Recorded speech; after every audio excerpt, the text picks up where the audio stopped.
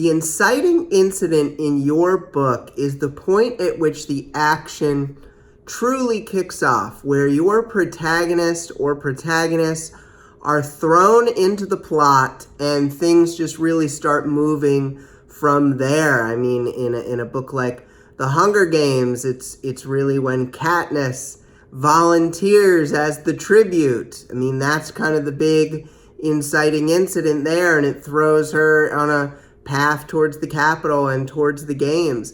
And not every book has a inciting incident that is as intense as that, but when you are writing your inciting incident into your book description, into your blurb, you almost want to have it leave your readers hanging as much as it does in the book itself. So usually in the best page forward book description format, we have a hook and then we have a synopsis, which is usually 2 to 3 paragraphs. So that inciting incident, we usually stick that in the last sentence of the first paragraph. Why do we do that?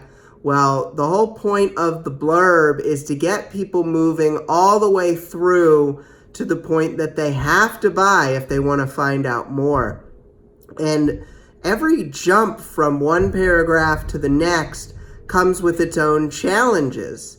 And we want to make sure that a reader doesn't stop at the end of a paragraph and just click away. So that's why we have the most exciting moment from the first third of your book right there in the bridge between paragraphs to keep readers reading so that they want to go and read your book. And to do that, they have to click the buy button.